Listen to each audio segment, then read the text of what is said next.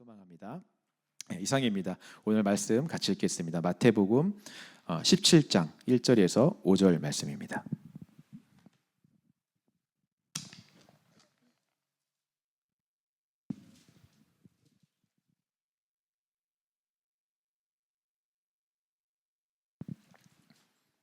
마태복음 17장 1절에서 5절 말씀. 우리 5절 말씀이니까요. 우리 한 목소리로 같이 읽어보도록 하겠습니다. 함께 읽겠습니다. 시작.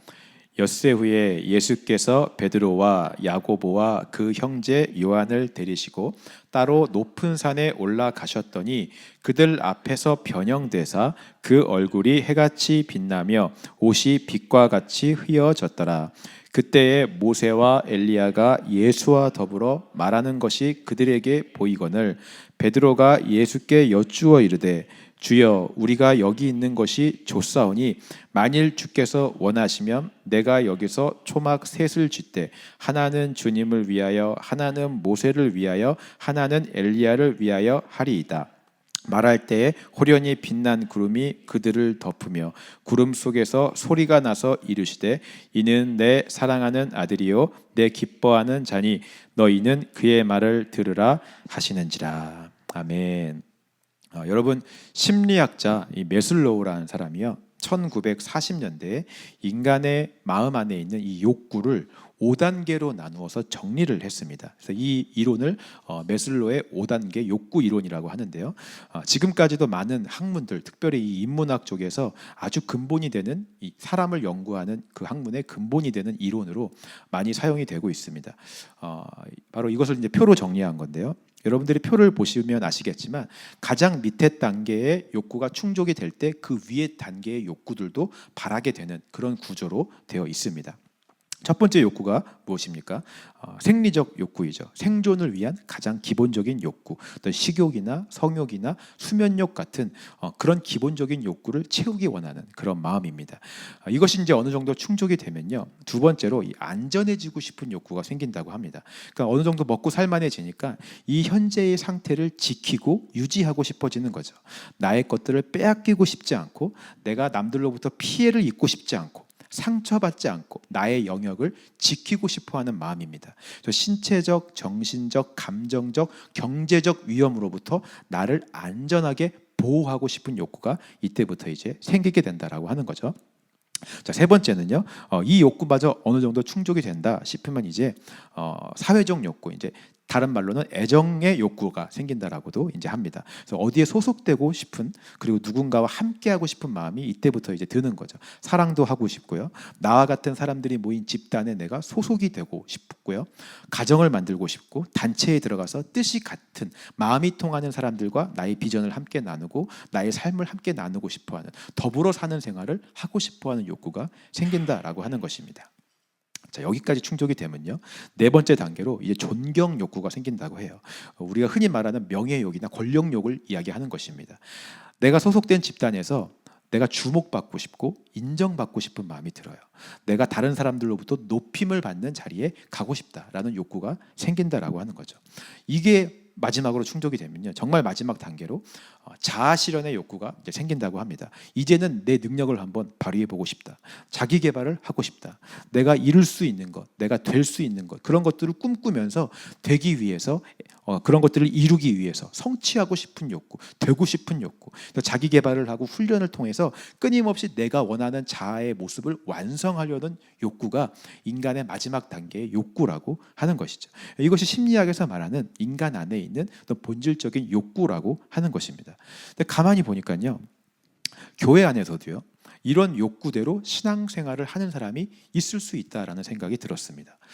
처음에 많은 사람들이요, 교회에 오게 되는 이유가 삶의 기본적인 이 욕구가 채워지지 않아서 오게 되는 경우가 많습니다. 생리적 욕구, 먹고 사는 문제, 이런 어려운 문제들이 있을 때 그것을 해결하고 싶어서 교회에 와서 하나님을 찾게 되는 거죠.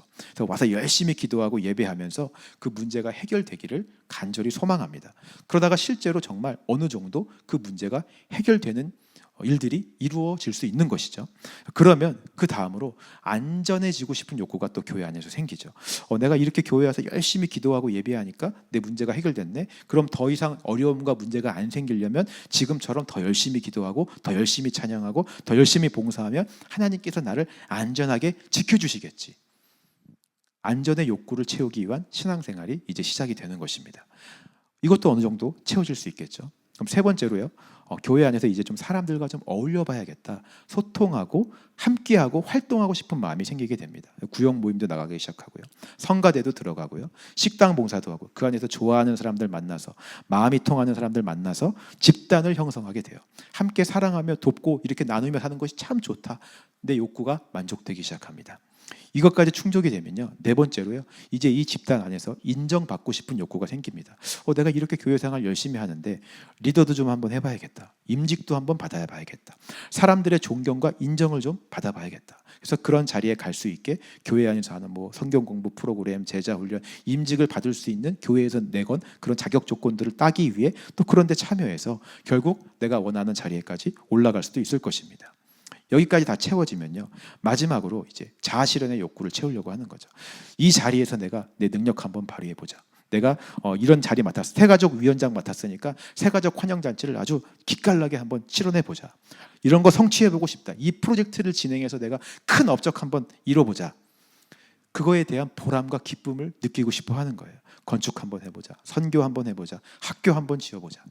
내가 꿈꾸고 되고 싶은 나, 할 수 있는 나, 그런 모습들을 그려보며 교회 안에서 이런 것들을 실현해보고자 애를 쓰는 것입니다. 나의 욕구의 실현을 위해서도 얼마든지 이렇게 신앙생활을 할 수 있다라고 하는 것이죠. 내 욕구를 위한 신앙생활이고 하나님은 이 욕구를 만족시켜주고 이루어지기 위해 필요한 도구로 우리가 사용을 하는 것입니다. 여러분, 어쩌면요, 하나님이 없다면 교회라고 하는 장소는 이런 인간의 욕구를 실현시킬 수 있는 가장 좋은 장소가 아닐까 생각이 되어져요. 오히려 세상보다 더 쉬운 곳이 저는 교회라고 생각이 되어졌습니다. 세상은요, 사실 두 번째, 세 번째 단계의 욕구를 충족시키기도 힘든 곳이 세상입니다. 3단계까지 완전하게 욕구를 충족시키는 사람들이 세상에 얼마나 될까요? 전 세계적으로 봤을 때 그런 사람들도 거의 없을 것입니다. 대부분 1단계, 2단계에서 애쓰며 힘들게 살아가요. 그러다가 무리해서 3, 4, 5단계의 욕구를 실현하려고 노력하고 애쓰다가 결국 나쁜 짓도 저지르게 되고 범죄도 하게 되는 모습들을 우리가 보게 되는 경우가 너무나 많잖아요.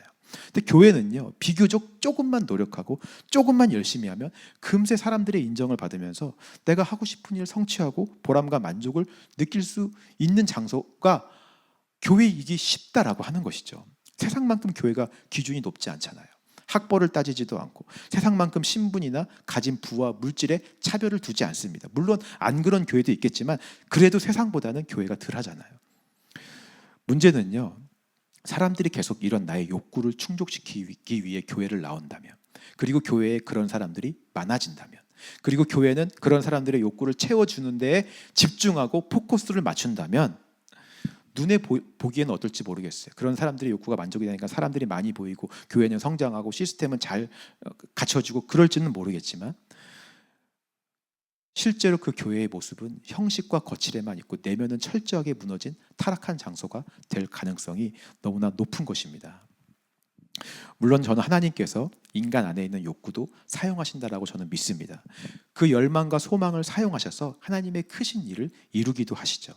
그래서 지난주에 말씀드렸던 것처럼 바리새인 안에 그 욕구와 의도를 아셨지만 거절하지 않으시고 식사 자리에 가셨어요. 오늘 우리도 그런 목적과 욕구를 가지고 이 자리에 나왔다 할지라도 하나님은 그런 우리를 거절하지 않으시는 줄 믿습니다. 그러나 거절하지 않으시는 이유는 계속 그렇게 살아도 된다라는 뜻이 아니에요. 우리를 가르치고 바꾸어서 나의 욕구만 충족시키는 삶이 삶의 목적이 아니라 예수 한 분으로 만족하는 것이 삶의 진짜 이유이고 목적임을 가르쳐 주시고 싶으셨다라고 하는 것을 여러분 믿으시기 바랍니다.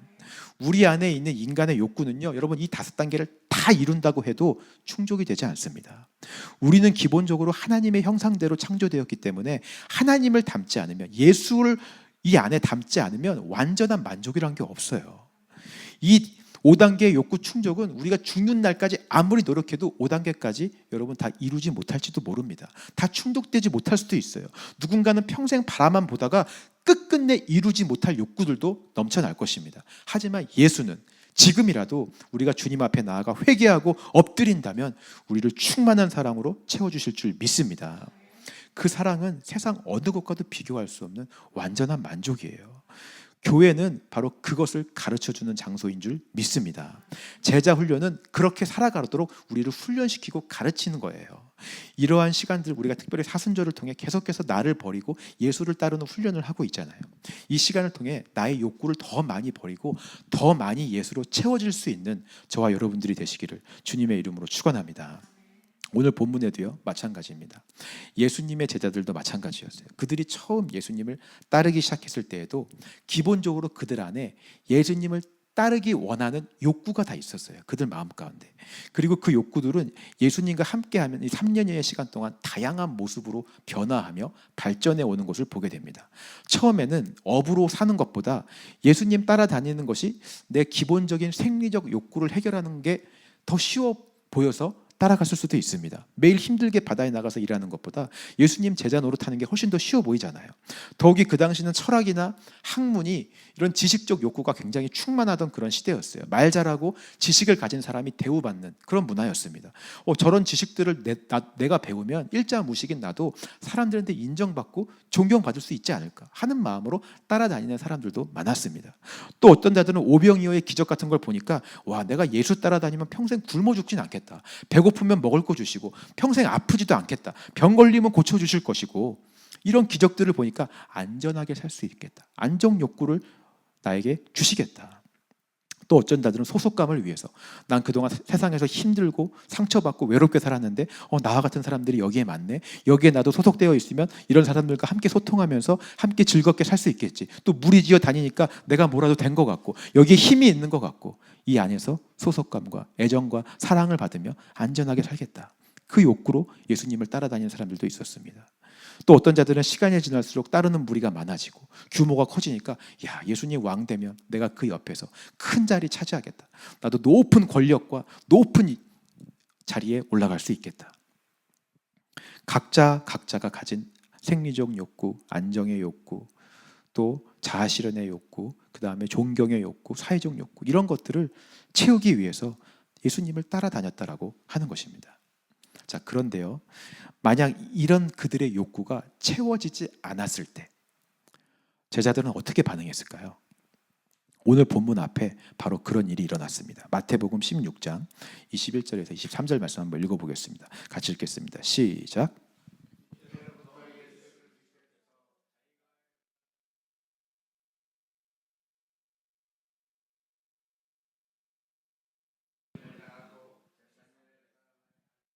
제자들에게 비로소 나타내시니 베드로가 예수를 붙들고 항변하여 이르되 주여 그리 마옵소서 이 일이 결코 주께 미치지 아니하리다. 예수께서 돌이키시며 베드로에게 이르시되 사탄아 내 뒤로 물러가라. 너는 나를 넘어지게 하는 자로다. 내가 하나님의 일을 생각하지 않고 도리어 사람의 일을 생각하는도다 하시고. 자, 예수님이요 처음으로 제자들에게 자신이 이제 곧 고난받고 사람들에게 외면받고 죽임당할 것이다 라는 십자가의 계획을 처음으로 말씀을 하셨습니다. 제자들이 이 얘기를 듣고 충격에 휩싸이게 되었어요. 아니, 그동안 내가 예수님 따라다닌 이유는 내 안에 있는 이 욕구들을 다 이분이 충족시켜 줄 것 같아서 이분을 따라다닌 거였는데, 그 만족감과 그 소망을 기대하며 꿈꾸며 따라다닌 거였는데 갑자기 다 버리고 십자가에 죽으시겠다는 거예요. 그동안 꿈꾸고 소망했던 것들이 다 무너지는 순간이에요. 베드로가 어떻게 반응했습니까? 22절 보니까 예수를 붙들고 항변하여 이르되 주여 그리 마옵소서 이 일이 결코 주께 미치지 아니하리라. 여러분, 여기서 붙들고 항변하다라고 하는 이 단어는 굉장히 공격적인 단어입니다. 어떤 뜻이냐면요, 상대방의 잘못된 점을 지적하다, 꾸짖다, 잘못을 징수하다, 엄하게 비난하다 라는 뜻을 가지고 있는 단어예요. 예수님이 내 욕구를 이루어주지 않는다라고 하시니까 화가 나기 시작해요. 분노하기 시작합니다. 그래서 예수님을 꾸짖고 비난하는 거예요. 틀렸습니다, 예수님. 그거 아니에요. 겉으로 보기에는 예수님을 꽤나 걱정하고 사랑하는 제자의 모습처럼 걱정되는 그 얘기를 하는 것 같지만 내면에는 이런 거예요. 예수님 지금 그게 무슨 소리입니까? 나한테 왜 이러세요? 정신 차리세요. 틀렸습니다, 예수님. 내가 지금까지 내 모든 걸 다 버리고 예수를 따랐는데 나한테 이제 와서 이러면 안 되지. 내 욕구는 다 들어줘야지. 지금 이 마음인 거예요. 마치 저희 아이들의 모습과 같다고 생각이 들었습니다. 저희 아이들이 셀폰으로 이게 게임을 하잖아요. 처음에는 이 게임이 나를 만족시켜주고 내 욕구를 채워줘요. 기쁨을 주니까. 그래서 즐겁게 하는데 게임을 하면 할수록 레벨이 올라가면서 점점 어려워지기 시작합니다. 그러니까 나중에는 애들이 게임을 하면서 막 화를 내기 시작하더라고요. 잘 안 되니까. 같이 옆에서 막 핸드폰 하고 있는데 깜짝깜짝 놀래요. 갑자기 소파를 막 손으로 콱 내리치면서 come on! What are you doing? 누구한테 얘기하는지 모르겠어요. 갑자기 막 소리를 지르면서 Oh my goodness 막 이러면서 혼잣말을 막 하고 막 벽을 치고 소파를 막 치고 화를 내는 거예요. 너 지금 뭐 하는 거냐고. 어이가 없어서 제가 이야기를 해요. 야, 그렇게 열받을 거면서 게임을 왜 하냐. 게임 재밌으려고 하는 건데 그렇게 화낼 거면 게임하지 말아라 라고 제가 얘기를 하죠. 그래도 아이들은 이 게임을 하면서 자기 욕구를 채우니까 화를 내면서도 끊지 못하는 거예요. 여러분, 이 모습이요, 제자들의 모습과 오늘 신앙생활을 하는 우리의 모습과 참 비슷하다라는 생각이 들었습니다. 마치 우리가 신앙생활을 게임처럼 하고 있는 거예요. 내 욕구를 어느 정도 만족시켜 주니까 기쁨 있고 즐거움을 주니까 우리가 신앙생활을 해요. 어느 정도 만족이 되니까, 내 욕구가 채워지니까. 근데 욕구가 채워지지 않을 때는 똑같이 분노하는 거예요. 화내면서 예수님도 꾸짖습니다. 예수님 틀렸다고, 그렇게 하면 안 된다고, 왜 나한테 이렇게 하시냐고 화내는 모습들. 오늘 우리의 모습은 어떤지 여러분 좀 돌아보았으면 좋겠어요. 자, 반대로요, 이 제자들이 자기의 욕구가 채워질 때, 채워지지 않을 땐 분노했지만 채워질 때는 또 어떻게 반응했을까요? 오늘 본문입니다. 1절 2절 말씀 한번 같이 읽어보겠습니다. 한 장 넘겨주시면요, 1절 2절 말씀, 네, 같이 읽겠습니다. 시작.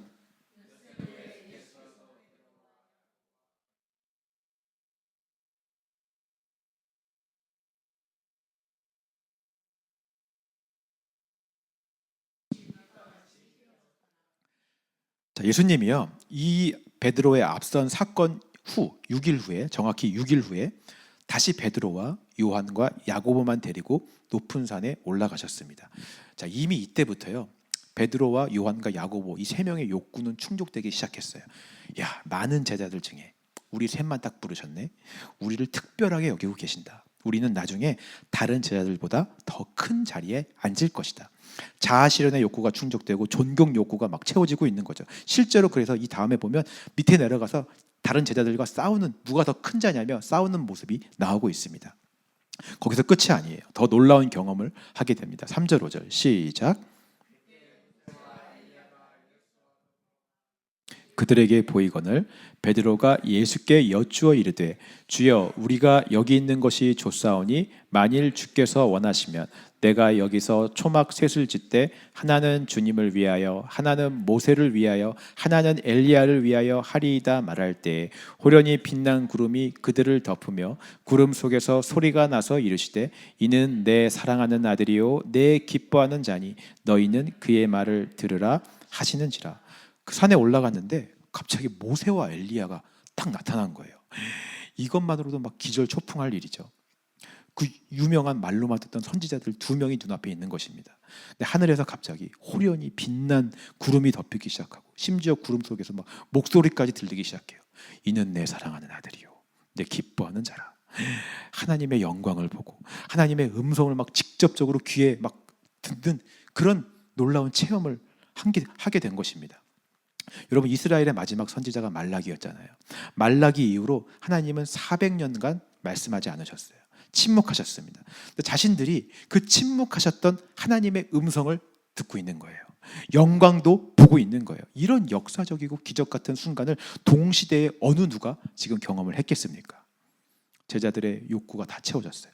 눈앞에 이 예수님 정말 신이구나. 그렇다면 나는 신의 제자이고, 지금까지 신과 함께 그 옆에서 가장 가까이 있었던 나는 이 신과 가장 가까이 있는 자구나. 400년간 침묵하셨던 하나님의 음성을 들은 나는 선택받은 선지자일지도 모르겠구나. 그렇다면 그렇게 하나님과 가까이 있는 이 나에게 저 신이 정말 특별한 것들을 나에게 보상해 주겠구나. 내가 원하는 욕구 다 채워주겠구나. 나를 완전히 만족하게 해주겠구나. 그 영광 앞에서 자신의 모든 욕구들이 채워지고 이루어질 거라는 확신이 드는 것입니다. 베드로가 이제 어떻게 반응합니까? 4절 말씀 읽어보겠습니다. 4절 시작. 우리가 여기 있는 것이 좋사오니 만일 주께서 원하시면 내가 여기 초막셋을 짓되 하나는 주님을 위하여, 하나는 모세를 위하여, 하나는 엘리야를 위하여 하리이다.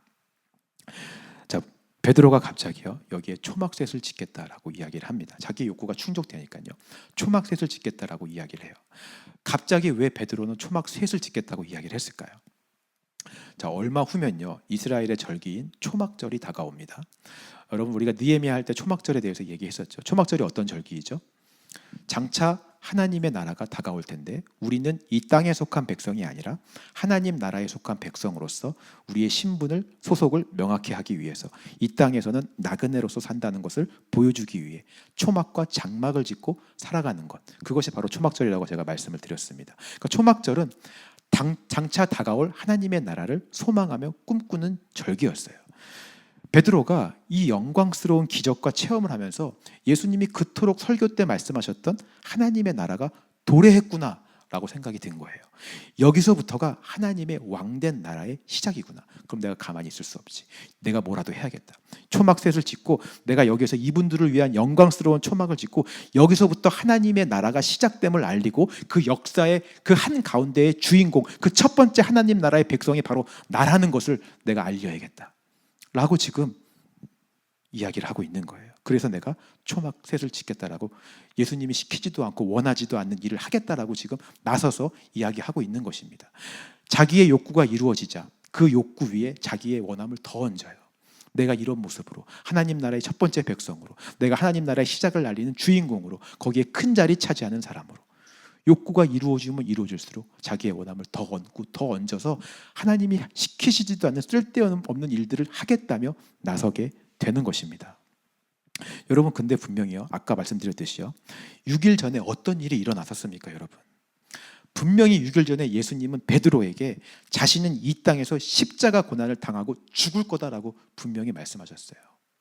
베드로가 그렇게 놔두지 않겠습니다라고 하는 분노의 외침에 사탄아 물러가라라며 하나님의 계획과 뜻은 너의 뜻과 달라라고 분명히 말씀해 주셨어요. 너가 원하는 하나님의, 눈에 보이는 하나님의 나라는 이 땅에 임하지 않아. 내가 말하는 하나님의 나라는 영원한 하늘나라에 있는 그 하나님의 나라야 라고 분명히 베드로에게 말씀해 주셨어요.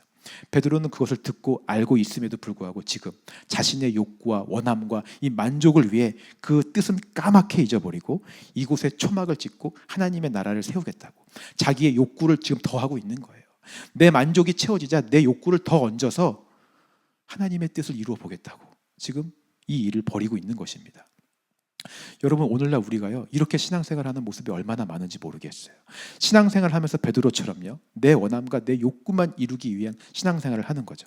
그것이 이루어지지 않으면 우리는 베드로처럼 분노합니다. 예수님도 감히 꾸짖어요. 예수님 틀렸다고 나무라면서 혼냅니다. 그리고 이루어지면요 시키지도 않는 일을 하겠다 그래요.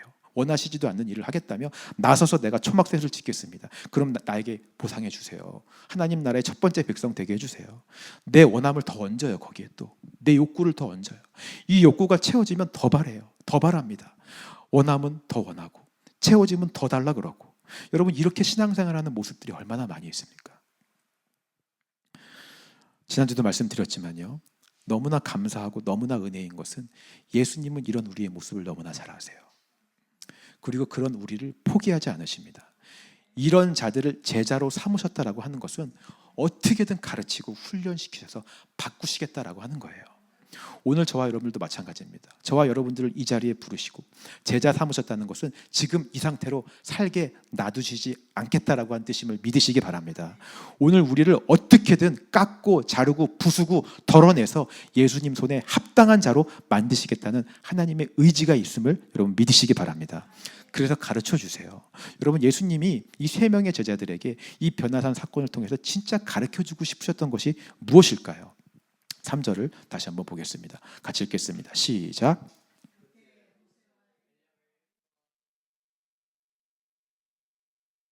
자, 높은 산에 올라가니까요 모세와 엘리야가 함께 나타났다라고 되어 있습니다. 모세는 저와 여러분들이 잘 알듯이요 구약에서 예수 그리스도의 어떤 모습을 모형으로, 그림자로 예표한 사람이 바로 모세였죠. 애굽이라는 거대한 세상에 노예되어 있는 이스라엘 백성들을 구원하여서 출애굽시킨 그 모습을 통하여, 그 그림자를 통하여 앞으로 장차 오실 예수라는 메시아가 모든 죄에 노예되어 있던 세상 사람들을 구원해서 자유케 하시고 해방시킬 것이다 라는 사실을 모형으로 먼저 보여준 사람이 모세인 줄 믿습니다. 구원자로서의, 예수님의 구원자로서의 모습을 모형으로 보여준 사람이 모세였어요. 엘리야는 어떤 선지자입니까? 앞으로 있을 심판과 종말에 대해서 끊임없이 선포했던 사람이 엘리야였습니다. 그들에게 심판이 있을 것을 말하면서 앞으로 오실 메시아가 심판자로서 너희들을 심판하러 올 것이다, 심판자로 오실 메시아의 모형을 보여줬던 사람이 바로 엘리야였습니다. 지금 구원자로서의 모형인 모세와 심판자로서의 모형인 엘리야와 그리고 실제 인간의 모습으로 오신 예수님 세 명이 함께 지금 모여 있는 거예요. 여러분, 이 모습을 통해서 예수님이 무엇을 보여주고 싶으셨던 것입니까? 모형이고 그림자였던 두 사람을 통해서 예수 그리스도의 구원자의 모형인 모세와 심판자의 모형인 엘리야를 통해서 이들과 함께 있는 것을 보여주심을 통해서 이 모형이 아니라 실제인 내가 하나님의 아들로 실존하며 실체로 이 땅에 왔다라는 것을 지금 보여주고 계시는 거예요. 구약부터 끝없이 모형으로 그림자로 보여주었던 예수 그리스도, 모세를 통하여 엘리야를 통하여 구원자의 모습, 심판자의 모습으로 끊임없이 예표되었던 그 언약의 성취가 지금 너희들의 눈앞에 있지 않느냐라고 지금 말하는 거예요. 더 이상 그림자도 아니고 모형도 아니고 실제로 존재한다, 하나님의 아들이 인간의 모습을 입고 이 땅에 왔다라는 것을 말씀하시는 것입니다. 그 말은 하나님의 뜻이, 구약부터 예견되었던 하나님의 뜻이 이제 나를 통하여 이 땅에서 성취되었다, 이루어졌다라는 것을 말씀해 주시는 것입니다. 여러분, 믿으십니까? 인간의 이 안에 있는 욕구 따위를 들어주기 위해 오신 것이 아니다라고 말씀하시는 거예요. 나는 구약부터 이루어진 하나님의 뜻을 이루기 위해서 구원자로, 심판자로 오신 하나님의 아들이다라고 지금 가르쳐 주시는 것입니다. 여러분, 믿으십니까? 제자들에게 자신은 바로 그 언약의 성취라는 거예요. 너희들의 욕구를 들어주기 위해 온 그런 도깨비 방망이 같은 존재가 아니라 모형으로 왔던, 너희들이 그토록 그리던 꿈꾸던 그림자가 실체로 하나님의 뜻을 이루기 위해 존재하고 있지 않느냐, 내가 바로 그 하나님의 아들이다 라고 말씀하시는 것입니다. 그리고 한 가지를 더 가르쳐 주세요. 여러분, 이것이 오늘 저와 여러분들에게 바라봐야 될 가장 중요한 것입니다. 2절 말씀 읽겠습니다. 시작.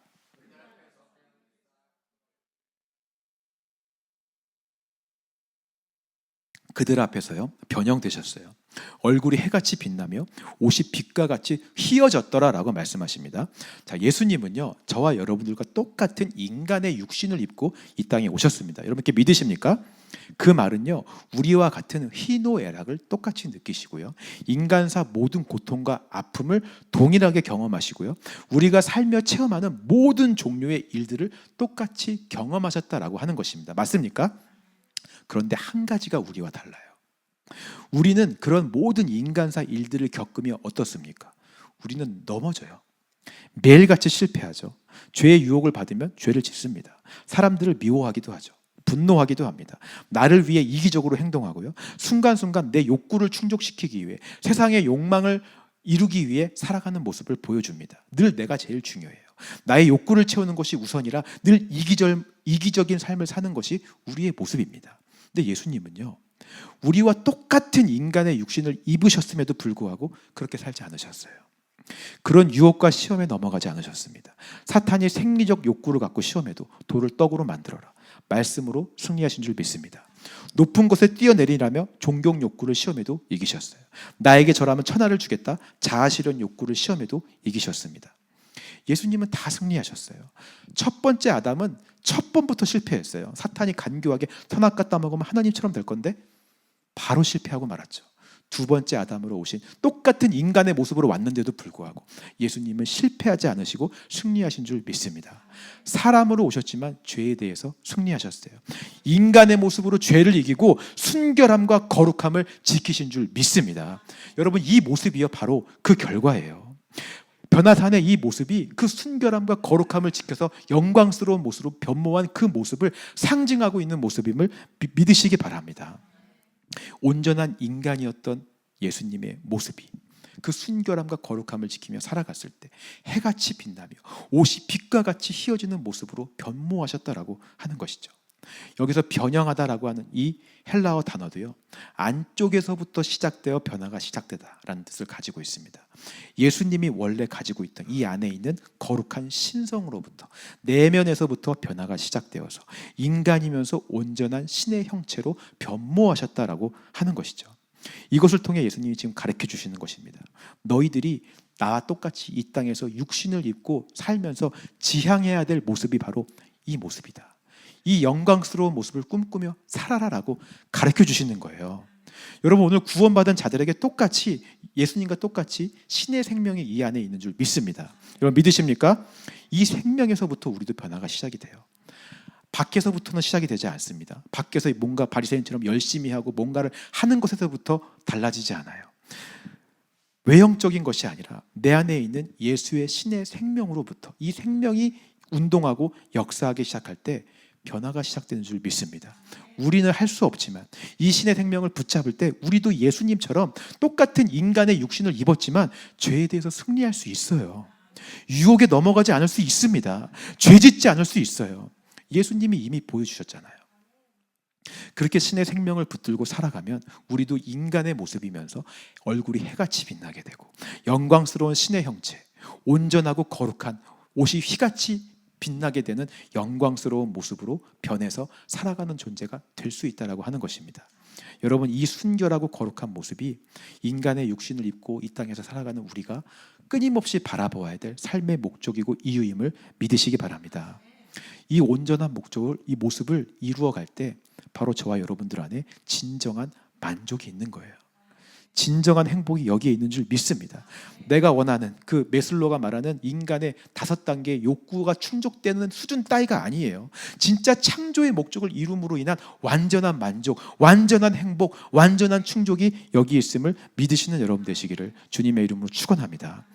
예수님이 오늘 이 모습을 사모하라고 제자들에게 직접 보여주시며 가르치고 계시는 것이죠. 오늘 여기 계신 저와 여러분들도 이제 이렇게 사셨으면 좋겠어요. 우리의 원함이 메슬로가 말하는 그 5단계의 욕구를 충족시키는 데서 그치지 않았으면 좋겠습니다. 여러분, 이 5단계의 욕구만 이루겠다고 이 세상에서 아둥바둥하면서 우리가 살아가지 않았으면 좋겠어요. 이것을 뛰어넘어서 진정한 우리의 만족이 되신 신의 생명을 가진 자가 변화되어 영광스러운 모습으로 변화되는 그 모습을 꿈꾸며 살아가는 저와 여러분들이 되기를 소망합니다. 죄도 이기셨으면 좋겠어요. 유혹도 이기셨으면 좋겠고 본질의 욕구도 다 이겨서 여러분들 한 명 한 명이 얼굴이 해같이 빛나는 거룩한 영광스러운 모습으로 변화되는 그 모습을 소망하시기를 바랍니다. 결국 요한 웨슬레가 말한 것도 그거죠. 이 땅에서 우리가 예수님처럼 온전하고 거룩해질 수 있다라고 말한 것도 바로 이 의미인 줄 믿습니다. 자신의 욕구가 충만했던 베드로, 결국 어떻게 되었을까요, 여러분? 자기가 욕구가 이루어지면 그 욕구를 더해서 쓸데없이 시키지도 않는 짓을 하겠다 그러고, 욕구가 이루어지지 않으면 분노했던 그 성미급한 베드로가 여러분 어떻게 변했을까요? 예수님과 함께하며 3년여의 시간을 지나며 제자 훈련 받으면서 부활절 십자가 사건을 겪으면서 오순절 성령 강림 사건도 겪으면서 베드로는 결국 이렇게 고백합니다. 베드로후서 1장 3절 4절, 우리 기도하는 마음으로 같이 한번 읽어보겠습니다. 시작.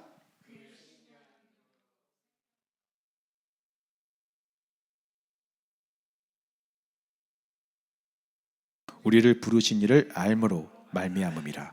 이로써 그 보배롭고 지극히 큰 약속을 우리에게 주사 이 약속으로 말미암아 너희가 정욕 때문에 세상에서 썩어질 것을 피하여 신성한 성품에 참여하는 자가 되게 하려 하셨느니라. 아멘. 그럼 베드로가 너무 멋있게 변하지 않았습니까? 신의 생명을 가진 자는 생명과 경건에 속한 것을 이미 받았다라고 이야기하고 있어요. 베드로가 경험한 거예요. 이미 내 안에 신의 생명이 있구나. 이 보배롭고 지극히 큰 약속을 붙들고 살아가니까 우리의 욕구나 정욕 때문에 세상에서 썩어질 것을 피하게 되더라. 고백하고 있잖아요. 자기가 경험한 거예요. 실제로 자기가 체험한 것입니다. 그렇게 사니까 신성한 성품에 참여하면서 그 예전에 예수님이 변화다니면서 보여주셨던 그 모습처럼 자신도 그렇게 영광스러운 성품에 참여하며 영광스러운 모습으로 변모되며 살아가고 있구나라는 것들을 경험하며 사람들에게 이렇게 살아라라고 베드로가 지금 이야기하고 있는 것입니다. 베드로는 시간이 지나면 지날수록 더 이렇게 변화되어지고 거룩하게 되어진 줄 믿습니다. 여기 계신 저와 여러분들도 날마다 이 신의 생명을 의지해서 신성한 거룩한 성품에 참여하며 영광스러운 모습으로 변모하며 살아가시기를 주님의 이름으로 축원합니다.